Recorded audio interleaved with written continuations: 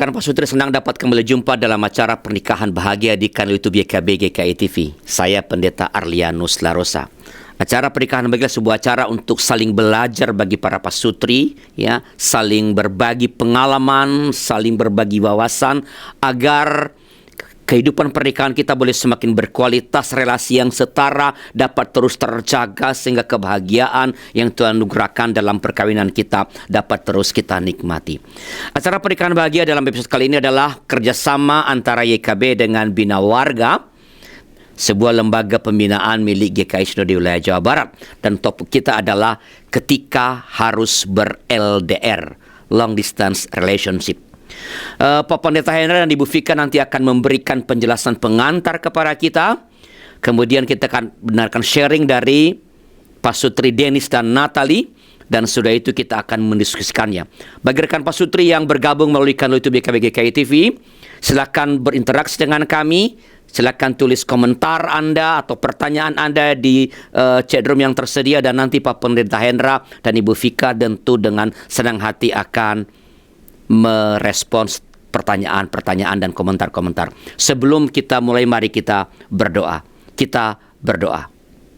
Tuhan, kami bersyukur padamu atas kesempatan yang Tuhan berikan kepada kami pada malam ini untuk bersama-sama kembali mempercakapkan hal-hal yang berkaitan dengan relasi kami. Dan kami malam ini akan membicarakan tentang hal-hal yang berkaitan dengan hubungan dalam jarak jauh dengan pasangan kami. Dan biarlah percakapan kami boleh jadi berkat, bukan saja bagi kami, tapi bagi setiap orang yang bergabung dan menyaksikan acara ini. Berkati Pak Hendra dan Bu Vika yang akan memberi pengantar atau pendalaman pada percakapan kami, dan juga Denis dan Natali yang akan sharing pengalaman mereka tentang topik ini. Kami serahkan seluruh percakapan kami dalam tangan Tuhan kami Yesus Kristus. Amin. Oke Pak Hendra, Bu Vika, silakan langsung saja nih. Terima kasih Bapak dan Ibu, terima kasih Pak Arlianus, juga rekan-rekan pasutri dimanapun teman-teman berada. Hari ini saya bersama dengan Vika akan berbagi, membuka diskusi kita tentang LDR, ya.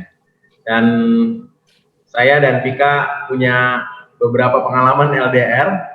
Tentu ada banyak juga pengalaman-pengalaman yang nantinya bisa kita coba gali bersama dari rekan-rekan yang lain. Ada rekan Denis dan Natali, juga Pak Arlianus, juga setiap rekan-rekan yang mungkin di YouTube channel akan berbagi juga tentang pengalamannya. Saya akan memantik diskusi bersama dalam kesempatan ini dengan beberapa hal berikut, ya. Dan saya pikir apa yang saya bagikan juga nampaknya akan makin kaya kalau kita coba berbagi bersama tentang pengalaman LDR. LDR ini kalau nggak dikelola dengan baik, nanti akhirnya kata Vika nih bisa kayak gini nih, ya. Lali dua relationship, gitu ya deh ngomongnya, ya. Saya orang Jawa, suruh ngomong Jawa, gitu ya. Atau lupa dengan relasi, ini jadi masalah, ya. Atau kita makin lama disiksa dengan rindu, ya. Ini kalau kita nggak bisa kelola dengan baik. Dan rasanya LDR dalam waktu yang panjang maupun juga yang singkat, kita pasti punya pengalaman itu. Dan kita akan bicara soal pengalaman dalam waktu yang relatif panjang tentunya, ya. Kalau seperti saya dengan Vika saat ini sedang jauh berbeda kota, ya, sejak 3 hari lalu, mungkin akan ada pengalaman yang berbeda dengan rekan-rekan yang mungkin tahunan, yang punya waktu berrelasi jarak jauh dalam waktu yang cukup panjang itu. Pasti pengalamannya akan jauh berbeda. Dan pengalaman ini yang kita akan bagikan, berharap adalah rekan-rekan yang punya pengalaman yang relatif panjang supaya kita akan bisa berbagi lebih dalam. Dan situasi LDR saya pikir ada banyak penyebabnya, ya.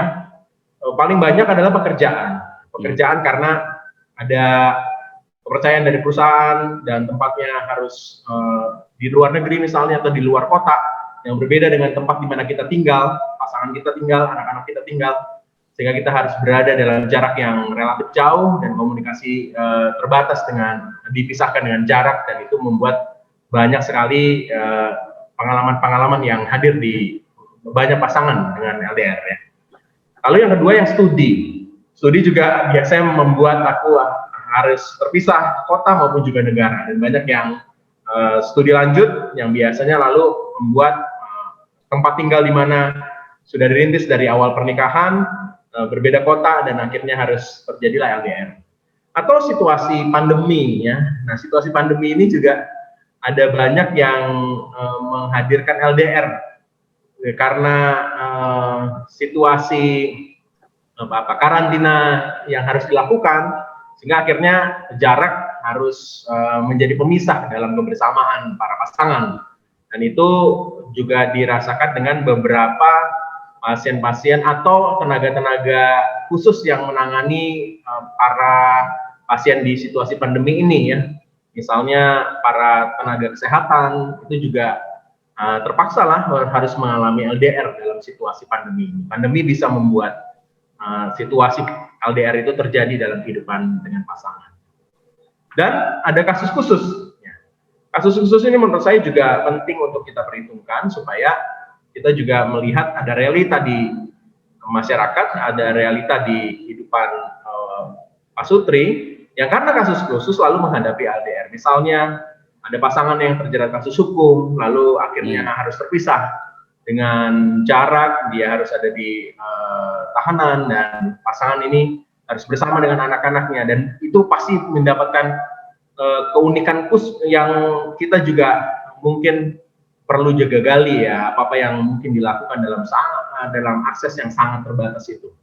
Dan juga kasus-kasus pernikahan yang beda warga negara misalnya begitu ya, yang mungkin karena kebijakan-kebijakan khusus diplomatik yang relasi diplomatik negara itu tidak begitu seperti negara-negara yang umum ya, maka akan ada waktu di mana mereka harus pulang dulu ke luar negeri dan kembali lagi, dan mereka rasanya itu bisa mungkin terjadi karena kasus-kasus khusus ini ya. Jadi ada banyak sekali hal yang membuat Pak Sutri akan mengalami LDR. Nah, dalam situasi ini maka rasanya akan ada banyak hal yang bisa membuat lalu hal-hal muncul dalam situasi LDR ya. Yang paling kentara adalah pastinya rasa rindu ya. Rindu karena biasa bersama, komunikasi juga akan menjadi problem ya. Dan itu ada rasa kangen di antara Pak Sutri ya. LDR pasti punya rasa ini. Kalau udah nggak punya, ini rasanya mungkin harus dipertanyakan ya. Situasinya harusnya sih ada rasa rindu itu. Yang berikutnya, yang menurut kami di keadaan saya, bahwa ketidakhadiran pasangan itu yang juga menjadi sesuatu yang bebannya. Ketidakhadiran di momen penting, misalnya di ulang tahun anak, ulang tahun pasangan, juga kasus-kasus ulang tahun khusus dari anggota keluarga, itu menjadi sesuatu yang seringkali menjadi pergumulan juga. Wisuda anak misalnya karena LDR lalu nggak bisa hadir, dan itu menjadi sesuatu yang bergumul. Dan juga yang paling berat adalah di saat kita sedang bergumul dengan situasi yang nggak mudah, misalnya sakit, lalu kesedihan, bahkan kematian, itu rasanya menjadi situasi yang sangat-sangat pasti juga hadir dalam Pak Sutri yang mengalami LDR. Nah, masa yang paling berat adalah saat kita justru membutuhkan teman dan pasangan kita dirasakan adalah sosok yang paling tepat dan dia nggak bisa hadir karena LDR. Itu rasanya menjadi sesuatu yang sangat berat ya. Lalu yang berikutnya juga adalah masalah komunikasi ya.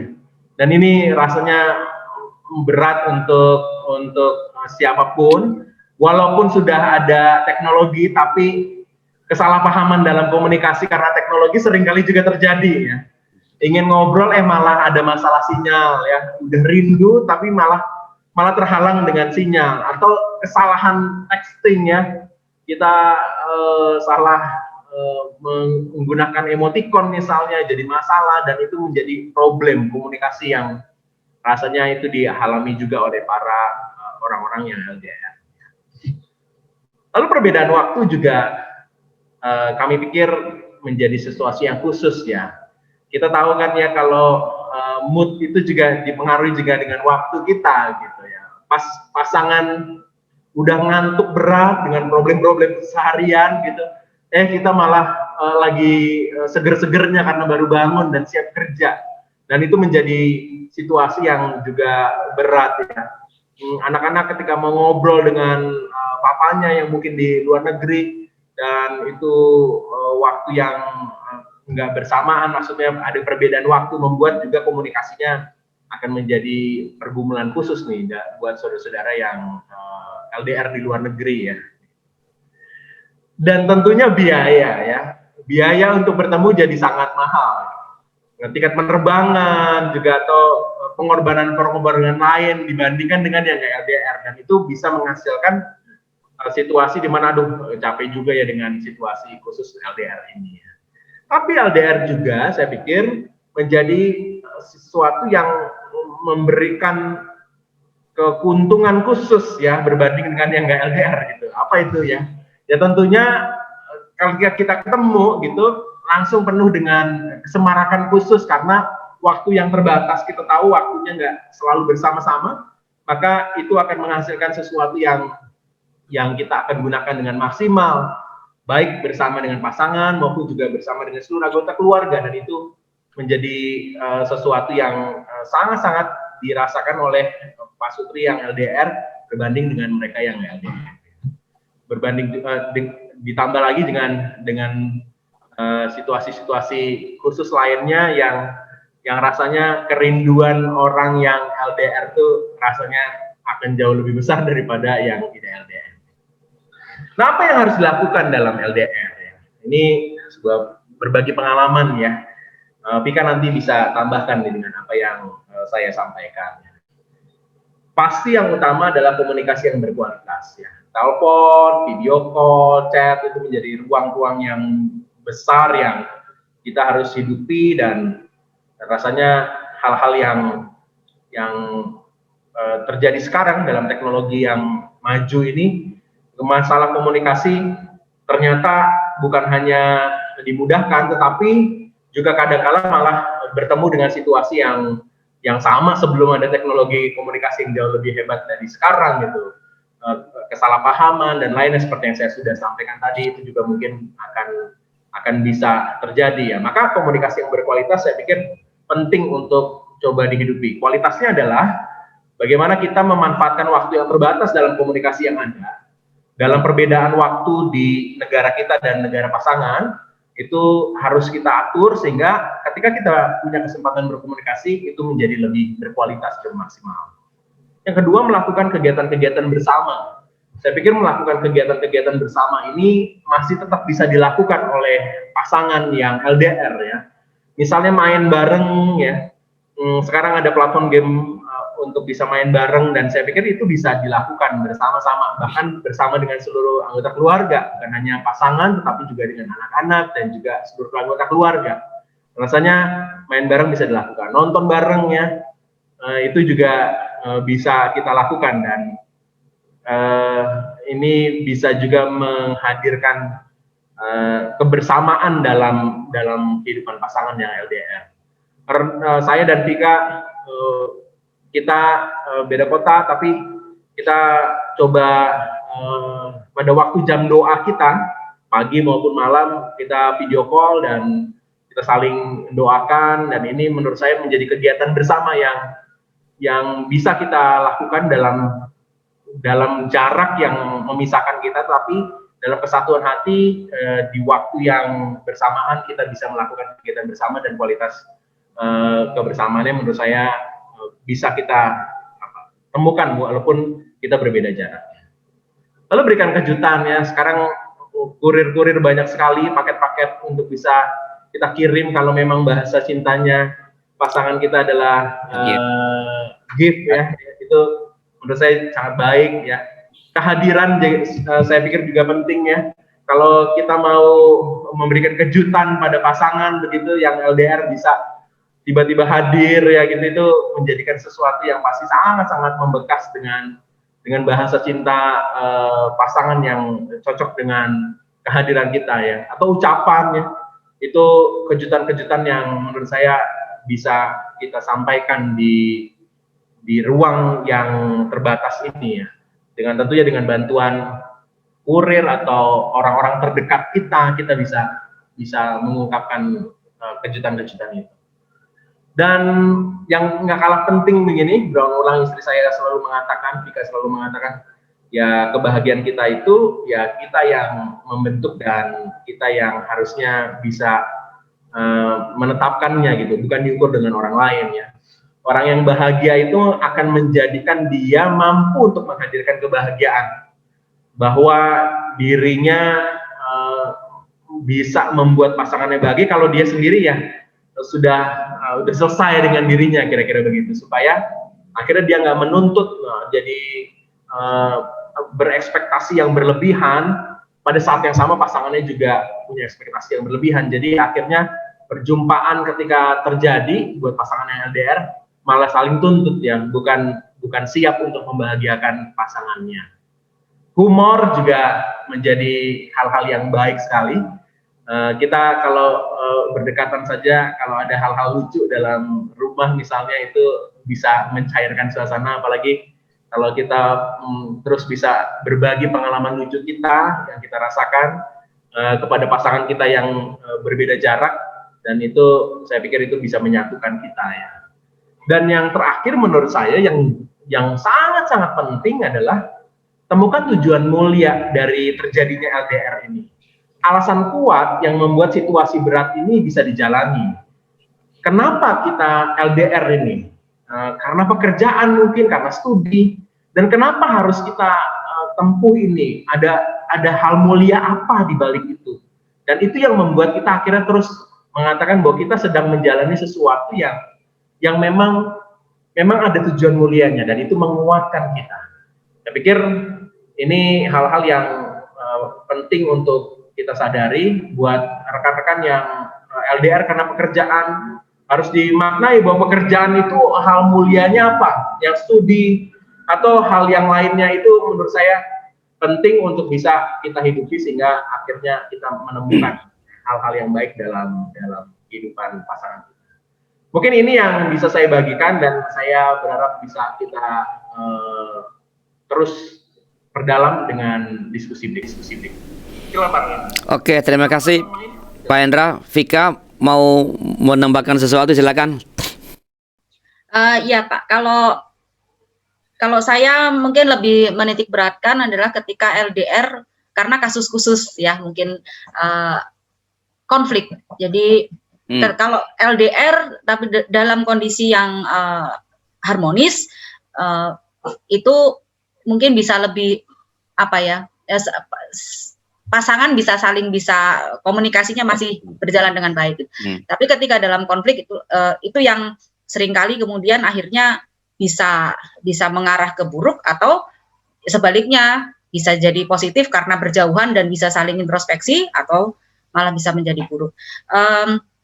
Tapi tadi sudah disampaikan sih oleh Pak Hendra, salah satu poinnya adalah tentang kebahagiaan diri.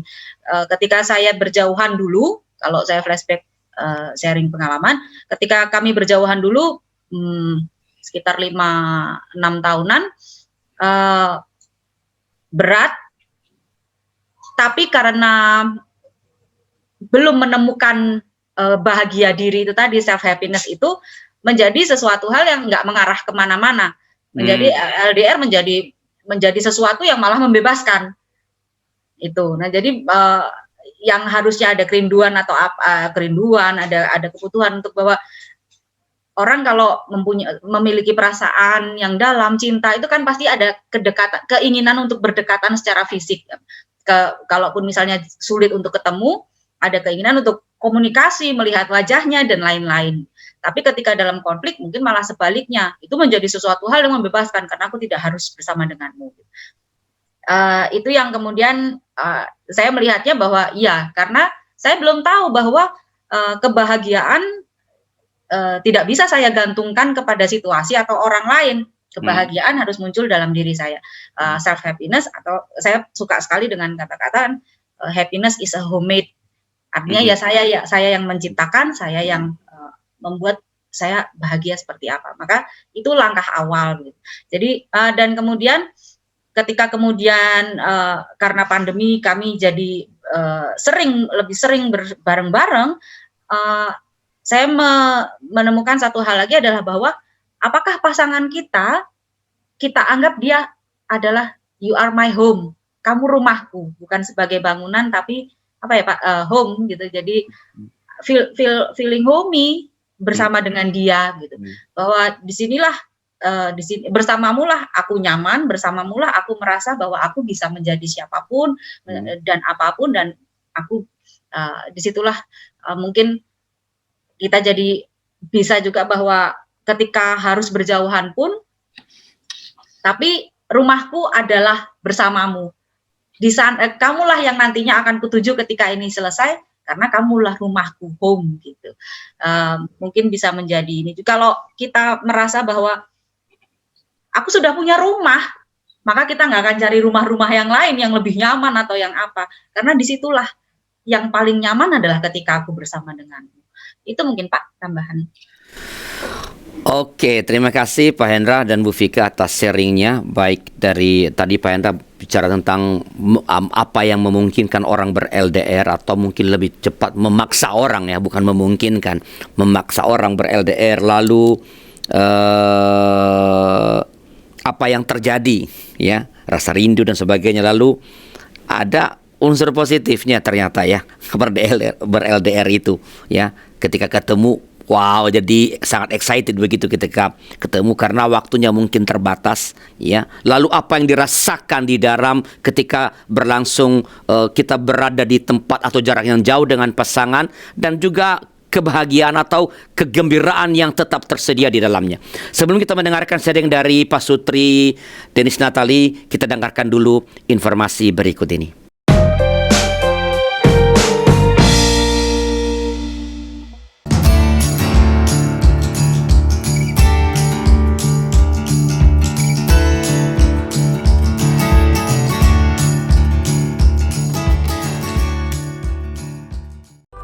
Sahabat, mari dukung pelayanan dan pekabaran Injil melalui YKB dengan membagikan link acara ini kepada sebanyak mungkin orang.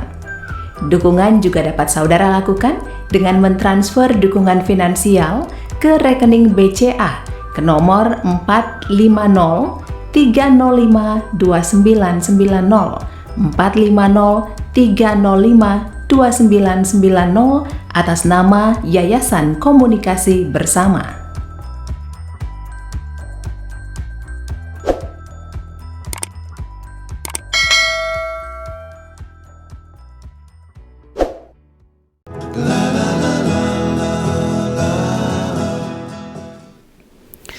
Terima kasih masih bersama kami dalam acara Pernikahan Bahagia di kanal YouTube YKB GKI TV. Saya Pendeta Arlianus Larosa. Kita sedang berbicarakan topik ketika harus ber-LDR dengan narasumber kita Bapak Pendeta Hendra dan Ibu Vika.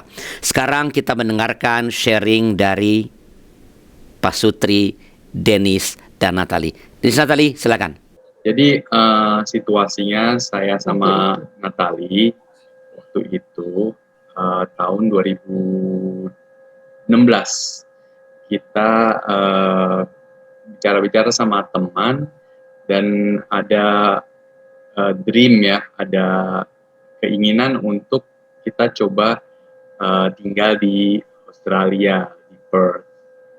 Kebetulan kakak saya sudah menjadi Australian citizen di sana, kakak perempuan, dan saya juga udah berapa kali berkunjung ke Perth. Saya sangat suka dengan kotanya, dan kita sedikit pelajari soal imigrasinya, soal surat-surat yang dibutuhkan, living cost di sana, dan ini tambah berjalan waktu, tambah kayak realistis gitu untuk dicoba gitu. Nah, tahun 2018 kita mau, iya, dari tahun 2016 kita udah planning 1 tahun 2 tahun sebelumnya, dan saya mencoba cari studi di Australia, di Perth, karena kita udah punya anak 2, umur 10 tahun sama 9 tahun, saya cari studi yang tidak terlalu panjang. Jadi bukan masters yang 2 tahun lebih, tapi ini diploma yang durasinya hanya 1 tahun. Nah itu saya bilang, oh ini sesuatu yang mungkin bisa membantu untuk proses untuk imigrasi ke Perth. Nah itu jadi tujuan mulianya kalau di sini memang mencoba untuk untuk menambah ilmu satu, dan untuk juga proses migrasi ke sana.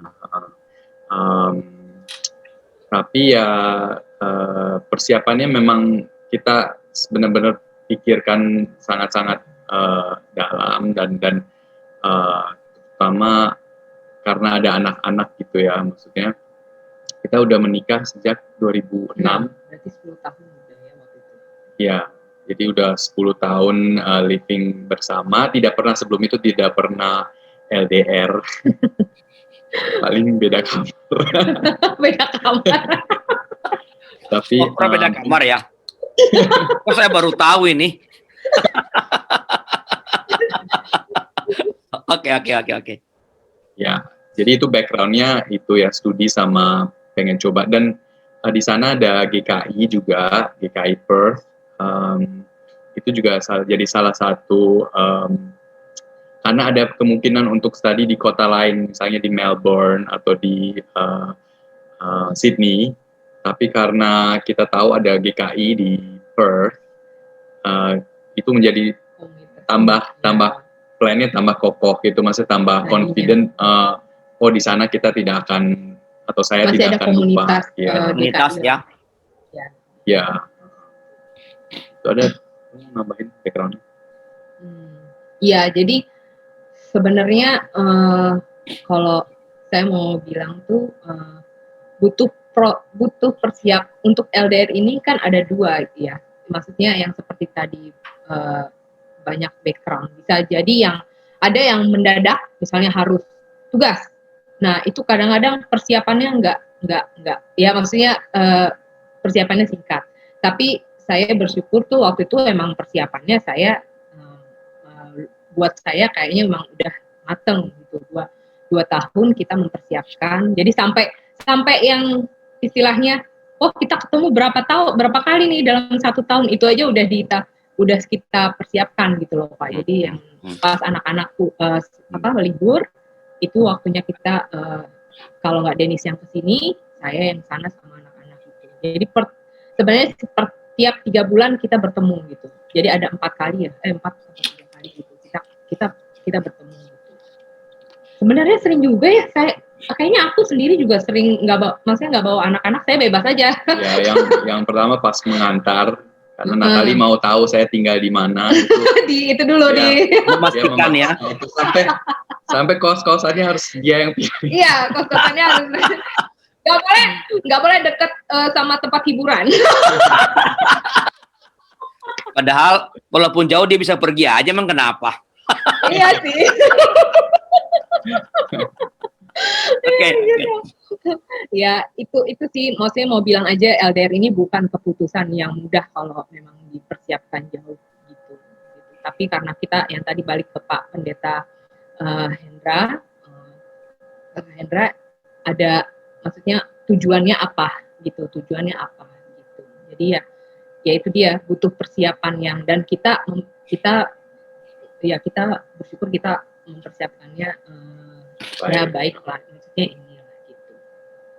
Oke. Ya itu deh introduction-nya ya. Jadi dulu ya kan Natali antar kan, udah ketemu kos yang dia rasa aman lah begitu ya.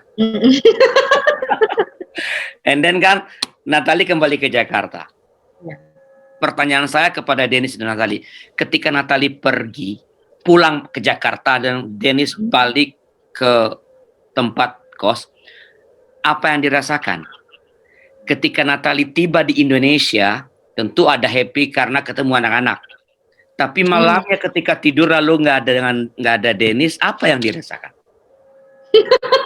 Iya itu. Ya, saya mungkin harus meyakinkan diri saya sendiri bahwa ini ada tujuan. Jadi tujuan bersama saya sama Natali. Jadi saya sempat bukan meragukan diri, tapi memang saya harus meyakinkan lagi gitu bahwa ini bukan hiburan, maksudnya bukan bukan kebebasan atau apa, tapi harus tetap komitmen ke tujuan kita bersama gitu.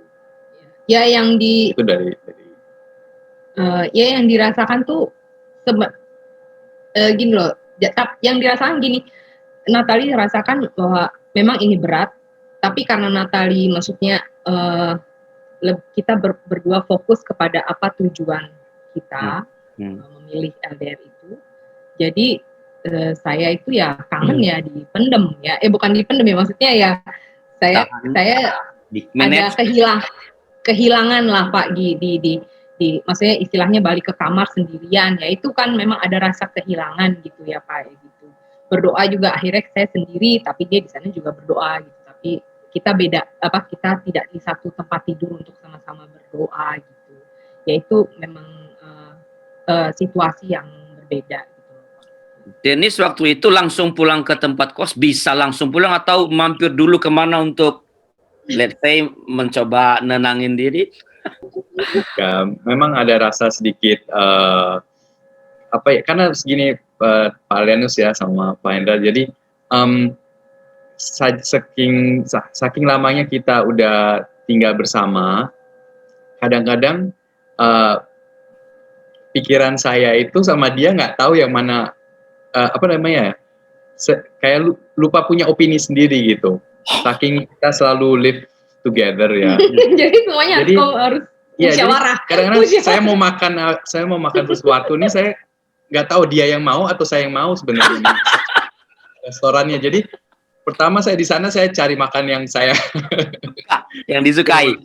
Makan iya gitu, tanpa harus memikirkan Natali suka nggak, ya? anak-anak suka nggak makan ini atau ini, tapi ada ya sedikit rasa bebas. Sedikit Itu keuntungan Dennis. Kalau Natali kan pulang tetap masak yang sama kan untuk anak-anak kan? Masak yang sama, iya. Bukan, ya saya kurangi. Wah dia nggak ininya. Saya juga jadi kayak ya sekarang yang tanggung jawab saya cuma anak nih. Ini lagi pergi. Jadi beban terkurangi ya. Oke, tapi tadi kan yang tadi Dennis sama Natali katakan bahwa betul berat ini, tetapi ini harga yang pantas dibayar demi tujuan mulia tadi, ya. Pertama-tama kan tadi kan karena ada keinginan untuk pindah ke Perth, ya. Ya, itu kan alasan pertamanya kan. Lalu ada studi dan sebagainya. Artinya ini harga yang udah disepakati bersama bahwa ini harga yang pantas dibayar demi mencapai tujuan yang dikatakan Pak Hendra, tujuan mulia. Oke, sekarang saya mau tanya Pak Hendra nih, ya karena dia pendeta. Gini Pak Hendra, kan Paulus kan ngomong gini nih, janganlah kamu saling menjauhi kecuali untuk berdoa. Kan Dennis kesana kan bukan buat berdoa. Dulu juga Hendra Vika juga bukan buat berdoa kan. Bagaimana membaca teks ini ketika sekarang dengan alasan-alasan yang tadi Pak Hendra katakan, orang memang memang harus ber-LDR. Padahal Paulus bilang sekali lagi, janganlah kamu saling menjauhi kecuali untuk berdoa. Gimana nih baca teks ini dalam situasi seperti ini, Pak Hendra? Doa, terima kasih Pak Arlianus ya. Tapi kan nanti nambahin nih. Ya. Doa itu kan adalah bagaimana kita mendengar dan menemukan apa yang Tuhan kehendaki ya, dalam hidup kita. Kita mengutarakan apa yang kita rindukan dan juga apa yang Tuhan mau kita jadi peka untuk menangkapnya dan mengertinya. Sebuah pencarian kehidupan lebih baik oleh keluarga, baik dalam situasi pekerjaan maupun studi, itu kan adalah sebuah upaya juga untuk menghidupi apa yang jauh lebih baik dan itu yang Tuhan rindukan. Nah, yang perlu kita kritisi adalah apakah yang kita lakukan baik dalam studi, dalam pekerjaan itu adalah upaya kita untuk jauh lebih baik dalam kehidupan keluarga karena Tuhan rindu itu, atau hanya sekedar kemauan kita, prestise-prestise yang kita mau, atau hal-hal yang sangat personal yang kita rindukan, bukan untuk membuat Tuhan jauh lebih dimuliakan. Dan saya pikir untuk untuk terus kita hidup dalam kepekaan akan suara Tuhan itu kan harus terus menjaga kehidupan doa kita, dan kehidupan doa yang terus kita hidupi terwujud juga dengan upaya kita untuk melakukan apa yang lebih baik. Kalau kita mengatakan bahwa ada ora et labora begitu, kalau kita menghidupi pekerjaan itu sebagai doa kita, bukankah studi pekerjaan adalah sebuah doa juga? Maka kita bisa melakukan apa yang kita kejar itu, dan itu sudah kita bawa di dalam Tuhan. Konsekuensi untuk LDR kita coba diskusikan bersama dengan keluarga, dan kalau kita berhasil untuk menjalankannya dan itu murni karena juga pertimbangan-pertimbangan yang melibatkan Tuhan, saya pikir kita sedang tidak melawan apa yang tadi dikatakan oleh Rasul Paulus, Pak. Begitu, Pak. Oke. Tafsir Vika terhadap teks itu jadi gimana? Pertanyaannya susah banget nih ya. Karena saya bukan pendeta ya Pak, jadi jawaban saya ini pinter-pinternya saya ngomong aja ya, pinter-pinternya saya jawab aja jadinya, karena kan bukan pendeta. Kalau tapi ada di Alkitab juga kan banyak tuh cerita kisah tentang orang Farisi kan Pak, kalau doa itu kan mereka ditunjuk-tunjukkan, tapi kan dikatakan bahwa masuklah ke dalam kamarmu ya supaya hanya Tuhanmu yang tahu atau apa. Ketika memang doa itu kan suatu kebutuhan ya Pak, suatu kebutuhan. Maka mungkin di satu titik tertentu, entah apapun alasannya, LDR memang diperlukan. Nggak usah LDR yang mungkin jauh-jauh Pak. LDR yang beda kamar aja itu juga mungkin juga itu diperlukan Pak gitu ya. Karena apa? Ya masing-masing supaya memang masuklah ke dalam kamarmu, ya merenung ya, cuman ya memang supaya Tuhan sendiri yang tahu gitu. Jadi ya saya melihatnya bahwa bahkan ketika jarak tidak hanya soal kilometer, tidak hanya soal perbedaan jam dan lain-lain, tapi ketika jarak itu terjadi, jarak dalam apa ya Pak, soal dalam komunikasi yang gitu-gitu, itu pun juga menurut saya juga sudah jadi long distance ya yang sudah tercipta gitu. Maka ya itu tadi pinter-pinternya saya jawab aja jadinya Pak gitu, karena pertanyaannya susah banget Pak jawabnya. Saya nambahin ya Pak Lenis ya. Ya. Di sejauh yang saya ingat ya, di teks itu kan disebutkan atas persetujuan bersama. Itu saya potong tadi. Atas ya, terusin. Bersama, betul ya. Pasti udah browsing duluan ayatnya tuh. Gitu ya. Habis yang nanya nggak ini sih, nggak koordinasi mau nanya. Iya. Tapi ini penting ya Pak Lenus ya. Iya. Persetujuan bersama itu menjadi satu dasar yang harus nggak boleh dilewatin. Bahwa pasangan maunya siapa nih kerja, maunya siapa studi nih ya. Dan ini persetujuan bersama, dan itu yang akan menghasilkan sebuah tindakan-tindakan yang akan membuat LDR ini tetap bisa membuat akhirnya kita bisa tetap berdoa bersama, mencintai terus, dan terus akhirnya bisa menemukan apa yang Tuhan kehendaki. Dan ini kan justru kadang kesempatan ada jarak itu rindu makin kuat ya. Lalu juga kesempatan doa semakin berkualitas mungkin ya, karena ada waktu-waktu khusus yang kita cari untuk berdoa bersama. Dan kalau udah persetujuan bersama dan terus berdoa, godaan iblisnya jadi mudah dipatahkan kali Pak. Kalau Natali sama Dennis komentarnya sebagai bukan pendeta. Dari bukan pendeta. Ya saya tuh melihatnya ayat itu seperti ini. Jadi saya itu kan bukannya saya lahir itu kan sebagai Kristen. Saya sudah saya dilahirkan dari orang tua yang Kristen. Saya mengaku saya Kristen sampai saya besar. Jadi sebenarnya di saat saya LDR sama Dennis ini, saya punya satu pandangan yang tadi Bapak bilang kan berpisah itu hanya untuk berdoa. Nah, saya sekarang punya satu prinsip pribadi bahwa sebenarnya setiap langkah hidup kita, setiap kita melakukan sesuatu itu adalah berdoa. Jadi waktu Dennis pun pergi studi, itu adalah sebenarnya studi itu adalah ibadahnya Dennis gitu Pak. Itu yang saya juga tetap mengurus anak di rumah, itu adalah ibadahnya saya juga gitu. Jadi konteks berdoanya itu mungkin bukan berdoa yang seperti saya makin sering di kamar atau enggak gitu, tapi lebih mendalami pekerjaan sehari-hari saya gitu Pak, bahwa setiap tindakan dan yang saya lakukan adalah ibadah, adalah berdoa gitu. Itu yang saya dapat dari satu tahun kita LDR itu. Jadi saya nggak ada istilahnya terlalu filler yang kayak kangen atau aduh karena saya tahu Dennis lagi pergi ke studi itu sebenarnya itu ibadah juga gitu loh Pak. Jadi saya itu kan buat saya itu ibadah kepada Tuhan. Jadi saya nggak boleh cengeng gitu, saya nggak boleh yang terlalu filler gitu.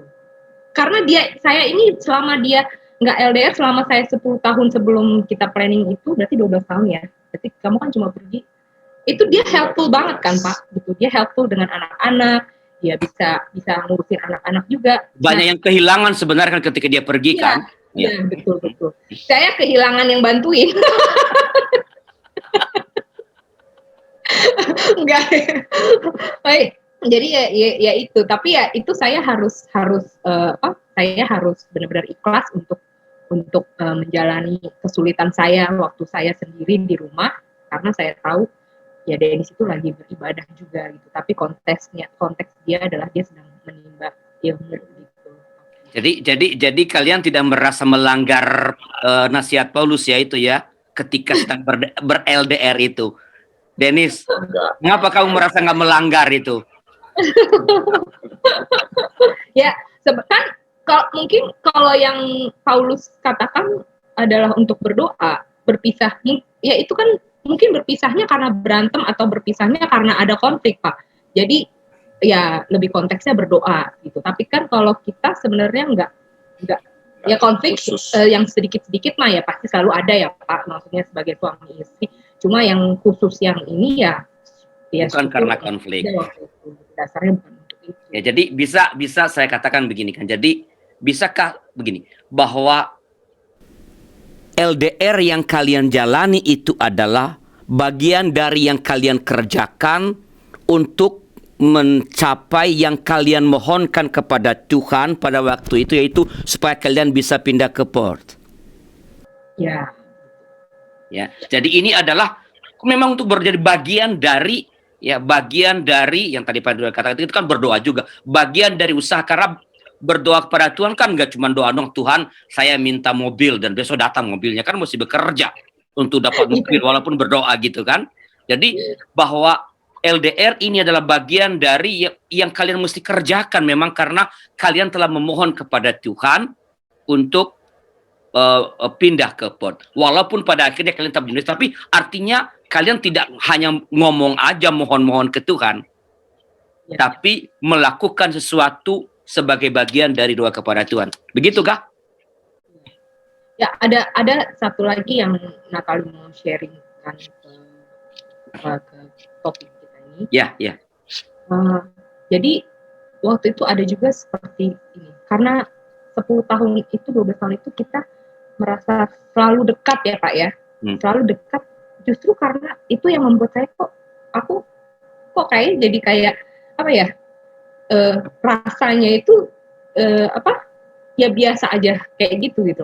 Jadi di saat saya LDR setahun ini, saya baru mulai kayak ada rasa kayak rindu, kangen gitu. Maksudnya kangen yang seperti pacaran dulu gitu loh, maksud ceritanya. Ya maksudnya, jadi kan karena selama 12 tahun ini kan kita di kehidupan rumah tangga masalah ini, kadang-kadang kita jadi nggak ngerasain keterikatan kita sebagai kekasih sebenarnya. Semacam recharging jadinya ya. Iya, betul gitu. Dan itu saya syukuri, maksudnya ya saya masih ada, maksudnya saya kangen gitu. Itu yang saya yang juga gitu ya. Oke. Dan situasi ini berarti relevan banget dengan apa yang Rasul Paulus katakan ya Pak Arlianus ya. Iya. Jadi itu bukan bagian dari pelanggaran. Ya memang justru mengikuti berjalan dalam prinsip yang pertama tadi kan kesepakatan kan, mereka sepakat, kalian sepakat. Kedua, ini memang kami mohon ke Tuhan kok supaya kamu pindah, dan untuk itu kami nggak diam-diam aja di sini, tapi do something, yaitu Dennis ke Perth untuk menjajaki sebagai kemungkinan melihat situasi sambil belajar di sana. Sekarang saya kembali ke Pak Hendra nih, tadi bicarakan soal komunikasi nih Pak Hendra. Ada dua hal yang saya tanyakan mengenai komunikasi. Yang pertama, ada yang mengatakan bahwa kalau LDR, hindari komunikasi yang eksesif. Jangan berlebihan komunikasinya, karena akan melahirkan relasi atau komunikasi yang membosankan, menjemukan. Dikit-dikit telepon, dikit-dikit video call. Hindari itu yang pertama. Yang kedua, ada yang bilang gini, ya dalam waktu yang tepat sekali-sekali ngomong jorok lah dengan pasanganmu yang jauh itu. Jorok artinya sesuatu yang orang lain, kita nggak ngomong ini ke orang lain. Saya hanya ngomong ke Anda, ke pasangan saya ini kata-kata ini, atau kalau menceritakan ini hanya kepada dia, nggak pernah saya ceritakan kepada orang lain. Komentar Pak Hendra terhadap dua hal ini mengenai komunikasi. Ini ruang komunikasi memang kalau itu bisa dihidupi dengan tepat, mempereratlah relasi kita dengan pasangan. Kalau kita berkomunikasi dengan cara yang tepat dengan pasangan kita, maka pasangan kita merasa dicintai, merasa mendapatkan juga rekan bicara yang tepat ya. Ini penting sekali, dan dalam relasi LDR, alat yang paling mudah adalah ya komunikasi ya. Datang menjadi susah karena jarak atau biaya atau ya waktu juga yang tidak memungkinkan, maka kekuatan komunikasinya menjadi penting. Nah, kalau saya setuju dengan apa yang tadi Pak Aryan sampaikan, bahwa kesepakatan kita bersama dengan pasangan ini yang menjadi dasar kita untuk menghidupi pola komunikasi kita. Karena kalau komunikasi kita menurut pandangan kita, bagi saya semakin banyak saya ngobrol sama Vika akan semakin bagus. Tapi Vika bukan orang yang suka begitu gitu ya. Ditanyain udah makan aja dia ngomel-ngomel ya. Aku kalau makan lapar dia makan lah pasti ya. Bagi saya itu bagian dari cara saya menunjukkan cinta saya kepada Vika. Itu kan harus disepakati, harus dipahami ya. Oh, Vika memang komunikasi begitu. Ya nggak usah setiap jam makan saya tanyain udah makan belum deh gitu ya. Dia akan cerita sendiri untuk apa yang dia jalani pada hari yang sudah berlalu begitu. Nah, jadi ini kesepakatan. Kalau memang pasangannya menuntut sesuatu yang sering dalam komunikasi, kita juga harus mengatakan, oke, saya harus menyesuaikan dan saya akan melakukan seperti apa yang dirindukan oleh pasangan saya. Dan dia juga harus memahami apa yang saya rindukan. Kenapa saya suka kontak begitu ya? Karena ya mungkin bahasa cintanya saya adalah ngobrol dengan Vika, dan itu harus kita sepakati bersama. Jadi kualitas intensitas dalam ngobrolnya saya pikir harus disepakati. Kalau Rasul Paulus tadi mengatakan persetujuan bersama, saling mengenal, saling ngobrol dan lainnya, juga salah satunya adalah komunikasi yang membuat kita bergantung pada persetujuannya. Kalau pasangan ini memang maunya banyak komunikasi, ya itu akan menjadi sangat baik. Begitu juga sebaliknya kalau memang kesepakatannya nggak begitu. Yang kedua, kualitas komunikasi yang baik adalah kualitas yang nggak ada temboknya nih ya. Dengan pasangan kita, kita merasa bahwa dia tempat saya, dia tahu apa yang ada pada diri saya, dan saya mau ngomong lepas juga dengan dirinya. Beberapa rekomendasi untuk LDR, pasangan yang LDR, salah satunya juga adalah sexting ya. Itu juga menjadi salah satu bagaimana mempererat relasi dengan pasangan melalui jalur komunikasi yang terbatas ini. Dan saya pikir saya setuju dengan apa yang disampaikan Pak Arlianus tentang komunikasi itu. Kualitas itu yang mempererat cinta kita dengan pasangan kita. Itu Pak. Oke, Vika ada komentar? Enggak Pak, udah dijelaskan dengan jelas dengan Dennis, Natali, dulu waktu LDR sexting nggak kalian tuh? Ngomong menjelaskan sesuatu yang ini hanya untuk Natali gitu loh, ngomong begini, nggak akan ngomong ke orang-orang kalau yang begini, nggak akan cerita ke orang-orang kalau begini, nggak mendeskripsikan ini ke orang lain. Ya lah Pak. Hah? Enggak? Mungkin karena kita udah planning waktu itu untuk ketemuan setiap berapa bulan, kita lebih save the moment untuk I see. ya. Serius dia. Ya, jadi lebih 2 bulan tidak ada sexting atau tidak ada omongan yang seperti itu, tapi pas ketemu ya tambah rindu. Kita nggak terlalu yang teks. Tapi gini, dia kalau saya waktu itu ini agak ini ya Pak ya, maksudnya agak Salah kirim teks. maksudnya justru karena waktu saya di sini sendiri, saya lebih sering gini Pak, saya sering nge-gym, saya sering fit, maksudnya saya ada waktu buat, karena waktu ketemu saya mau dia ngeliat saya seksi atau gitu loh. Jadi bukan yang kata-kata yang, tapi saya emang ada waktu banyak karena kan dia ngurus diri sendiri di sana. Jadi saya juga ada waktu buat ngurus diri sendiri. Ya udah, saya pergi ke salon, saya nge-gym, saya olahraga. Jadi waktu ketemu itu ya saya pengennya saya itu ya maksudnya di mata dia cantik lah gitu loh ceritanya gitu loh Pak. Dan berhasil kan Dennis? Dia berhasil kan? Dia sekarang gitu. Kamu kayaknya dulu waktu kita ini deh slim banget gitu ya. Kok sekarang ini pandemik, saya bilang itu sekarang pandemik. Pandemik disalahin. Pak, ini LDR, ini salah satu keuntungannya itu ya Pak ya, kita ada jeda waktu dengan pasangan dan kita bergelora untuk menghadirkan yang terbaik. Kejutan-kejutan itu hadir ya. Ya, kita artinya gini, yang sedang kita bicarakan, kita tidak sedang mengatakan kepada rekan-rekan yang lihat di YouTube ini bahwa ayo kamu LDR karena akan begini loh, enggak. Tapi kalau Anda harus ber-LDR dengan tujuan mulia tadi, entah apa tujuan mulia Anda masing-masing, ada hal-hal yang masih tetap bisa dirayakan gitu, tetap bisa disyukuri. Jadi bukan sungguh-sungguh, tapi tetap bisa disyukuri. Memang ada yang hilang, yaitu dia tidak lagi bersama-sama dengan saya di sini, tapi tetap ada yang bisa disyukuri, ada yang bisa dirayakan, asal bisa menemukannya. Dan tadi sharing dari Pak Hendra, Vika dan Dennis Natali ini menolong kita semua sebenarnya untuk melihat bahwa tidak ideal ya relasi dengan jarak yang jauh, tidak ideal.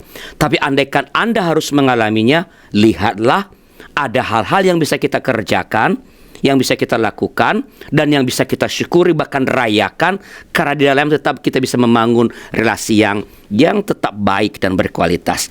Oke, sebelum kita mengakhiri percakapan kita, ada yang mau dikatakan lagi Dennis dan Natali tentang topik kita ini? Dari segi persiapan juga kita banyak bicara ya Pak Arlianus, apa yang dibutuhkan Natali saat itu misalnya, karena dia misalnya ke sekolah, dia yang nganter anak-anak, tetap jadi benar-benar dipersiapkan apa yang Natali butuhkan saat saya tidak ada di sana gitu. Jadi saya nggak meninggalkan dia terus, oke nanti kamu urus sendiri apa yang kamu butuhkan, tapi itu udah dalam persiapan juga udah diperhitungkan juga gitu. Oke. Semua hal-hal yang selama ini Dennis ikut mengerjakan bersama-sama dipersiapkan, Ya, kita walaupun cari. tidak sama tapi dipersiapkan. Ya. Iya. Ya. Apakah siapa ada yang membantu dia saat Ya. saya tidak di sini, ada mamanya atau ada keluarga, adiknya. Ya. Ya. Oke. Ya, dan yang satu lagi sih ya maksudnya kepercayaan itu harus tetap ada Ya. gitu. Saling mengingatkan gitu. Dan Maksudnya kejujuran, ya, kejujuran. Ya, Iya. saling berbagi agenda itu penting sebenarnya. Ya, Iya. supaya jangan eksesif komunikasi, tetapi kita saling tahu karena saling berbagi agenda misalnya. Oke. Vika, masih ada yang mau dikatakan? Saya cuman jadi ingat itu di Instagram ada berapa waktu lalu tuh kan lagi heboh-hebohnya tuh. Jadi bilangnya carilah pasangan yang ketika ada masalah dia larinya ke Tuhan, bukan ke orang lain, bukan ke pria atau wanita lain. Gitu. Dalam LDR, LDR ataupun enggak, celah itu kan selalu ada ya Pak, ketika terjadi konflik gitu. Tapi saya pikir saya suka dengan kalimat itu gitu karena ya benar juga ya ketika kita dari kitanya sendiri kita siap, kita seperti yang tadi Kak Dennis dan juga Kak Natali bilang bahwa sudah dipersiapkan. Ternyata bahwa memang apapun yang dipersiapkan itu nantinya bukan berarti nggak ada rintangan, nggak ada halangan, tapi kita jadi lebih siap gitu. Kita jadi lebih tahu harus seperti apa. Saya dengan Pak Hendra paling juga semingguan aja ini nanti terpisahnya begitu ya. Kerasanya sih ya biasanya bisa gantian jagain 9 anak kaki 4 di sini gitu ya. Sekarang kan saya sendiri lumayan juga jadi olahraga. Tapi kalau saya nge-gymnya ngepel gitu, ngepel rumah berkali-kali gitu, terasa. Tapi ya itu tadi karena tahu bahwa kita saling melengkapi, kita saling support, dan jadinya nggak terus nggak terus larinya ke gimana gitu ya. Disyukuri dan ada refreshing untuk masing-masing sendiri juga. Jadi ya semuanya bisa jadi menyenangkan kalau kita memang sudah mempersiapkan segala sesuatunya. Saya bersyukur sekali dengan sharingnya Kak Dennis dan Kak Natali tadi, Pak. Oke, thank you. Pak Hendra. LDR bukan pilihan yang ideal ya. Sedapat mungkin itu tidak diambil, tetapi kalau memang harus dialami, harus diambil sebagai pilihan yang untuk memperbaiki sesuatu, baik bagi pasangan yang sedang dalam konflik, dan LDR menjadi ruang seperti yang Rasul Paulus katakan untuk memeriksa diri dan berdoa, untuk pasangan yang pengen hidup jauh lebih baik dengan impian-impian ke depannya seperti Dennis dan juga Natalia, itu harus memilih LDR. Maka saya pikir hal-hal yang penting harus dihidupi, komunikasi, bagaimana cara-cara tetap menjaga relasi. Dan yang terpenting bagian dari apa yang Pak Arlianus tadi sampaikan soal perkataan tulisan Rasul Paulus, secepatnya kita harus bersama kembali gitu. Secepatnya kita harus bersama kembali. Bagi yang konflik, maka proses LDR itu menjadi ruang di mana secepatnya kita harus juga menemukan apa yang Tuhan kehendaki buat kita, buat pasangan kita. Dan secepatnya kita memulihkan itu. Dan itu menjadi penting. Buat yang studi, jangan leha-leha karena LDR ini nggak ideal loh ya. Maka cepat selesaiin tuh studinya. Kalau memang kerja, ya kerjalah dengan baik sehingga ada ruang Anda mendapatkan promosi dan Anda punya ruang untuk negosiasi supaya bisa entah keluarga datang atau Anda mendapatkan tempat di mana keluarga Anda berada gitu. Jadi LDR ini harus dijalani secara serius dengan tujuan yang mulia dan secepatnya untuk bisa pulih kembali. Jadi jangan ya udahlah kita memang ditetapkan untuk terus selamanya LDR. Dan saya itu juga nggak bertanggung jawab ya, kita harus mengusahakannya akhirnya kita bisa kembali hidup bersama-sama. Itu aja Pak. Baik, terima kasih Pak Hendra, terima kasih Bu Vika. Dennis Natali, penjelasan sharing ini sudah sangat lengkap. Satu hal yang saya ingin ingatkan kita bahwa terutama ketika ber-LDR, ingatlah satu prinsip penting dalam pernikahan kita, bahwa yaitu prinsip oneness, one flesh, satu tubuh. Dan itu walaupun kita berada di tempat yang berbeda, entah LDR tadi berjarak berpuluh-puluh beratus mil, atau berjarak cuman beda kamar yang tadi Vika katakan misalnya, ya, ingat kita satu tubuh. Dan salah satu unsur penting dalam satu tubuh adalah mutuality. Saya bilang keberbarengan. Saya harus selalu menganggap kalau saya berada di tempat yang istri saya tidak ada, saya harus selalu mengandaikan dia ada di sini. Sehingga semua yang saya katakan dan yang tidak saya katakan, semua yang saya lakukan dan tidak saya lakukan kepada orang lain atau kepada sesuatu, itu mengandaikan istri saya tahu dan dengar. Apakah kalau ia tahu dan dengar ini, dia akan happy, bersyukur punya suami seperti saya, atau dia kecewa dan terluka? Prinsip satu tubuh. Ya, jadi dimanapun kita berada, aku tidak, yang satu itu bukan ini lagi, tapi ini dan dia yang sekarang sedang tidak bersama-sama dengan saya. Dan harus selalu saya mengandaikan dia ada di sini untuk setiap hal yang saya lakukan dan tidak saya lakukan, yang saya katakan dan yang tidak saya katakan. Dengan itu kita terjaga bahwa memang terpisah sementara, tetapi kita tahu kita sebenarnya satu, ada dia yang sudah diberikan Tuhan untuk menyempurnakan kehidupan kita. Sekali lagi terima kasih Pak Hendra dan Ibu Vika atas berbagai masukan-masukan yang diberikan, juga respons atas diskusi kita. Terima kasih juga kepada Pak Sutri, Dennis dan Natali yang telah membagi pengalamannya, ya, bagaimana mempersiapkan diri, bagaimana menjalaninya ketika mereka harus ber-LDR. Dan terima kasih juga kepada semua rekan Pak Sutri yang bergabung melalui kanal YouTube YKB GKI TV. Mari terus mengingat tujuan pernikahan kita, apapun yang terjadi, bahkan ketika berada di jarak yang terpisah, tempat yang terpisah, supaya komitmen kita tetap terjaga dan kebahagiaan boleh terus kita alami. Sebelum kita berpisah, bila ada di antara saudara-saudara yang memerlukan konsultasi, ya, atau teman ngobrol dalam masalah-masalah pernikahan, silakan hubungi para konselor kami. Ada Pak Sutri Pendeta Edwin dan Ibu Pungki di nomor 0878 2853 5190. Ada Pak Sutri Pendeta Jimmy dan Ibu Tika di nomor 0877 7513 1000.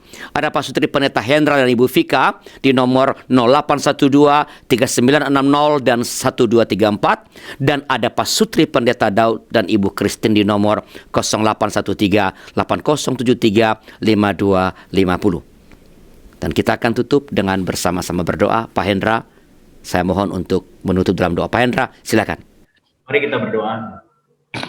Kami sungguh bersyukur ada waktu kami berbagi pengalaman, dan terima kasih untuk segala apa yang Tuhan hadirkan dalam hidup kami. Kami berterima kasih karena dengan pengalaman-pengalaman ini membuat kami mengenal Tuhan sebagai Allah yang mulia yang mempersatukan kami sebagai bagian dari keluarga.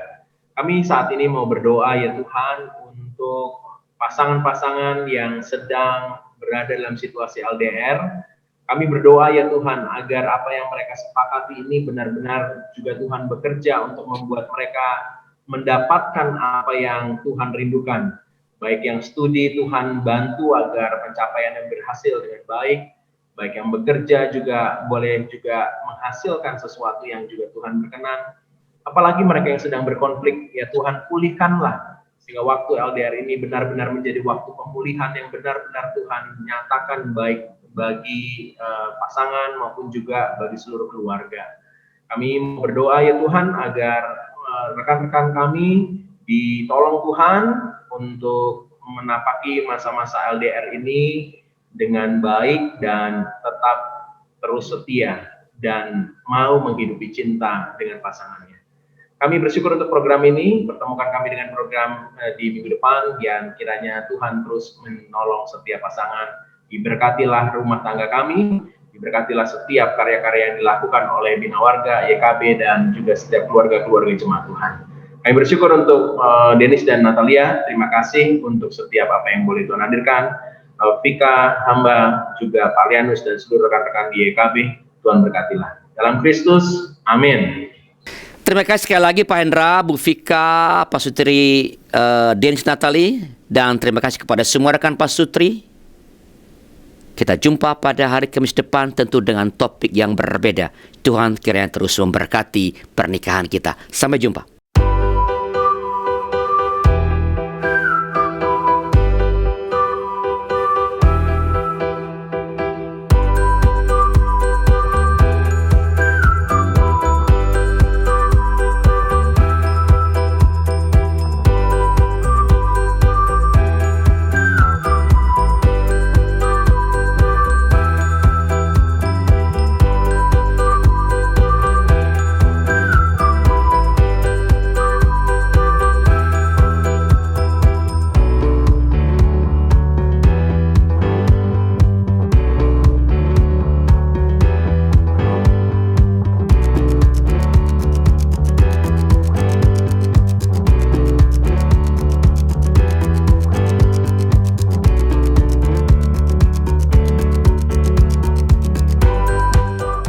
Sahabat, mari dukung pelayanan dan pekabaran Injil melalui YKB dengan membagikan link acara ini kepada sebanyak mungkin orang. Dukungan juga dapat saudara lakukan dengan mentransfer dukungan finansial ke rekening BCA ke nomor 450-305-2990, 450-305-2990 atas nama Yayasan Komunikasi Bersama.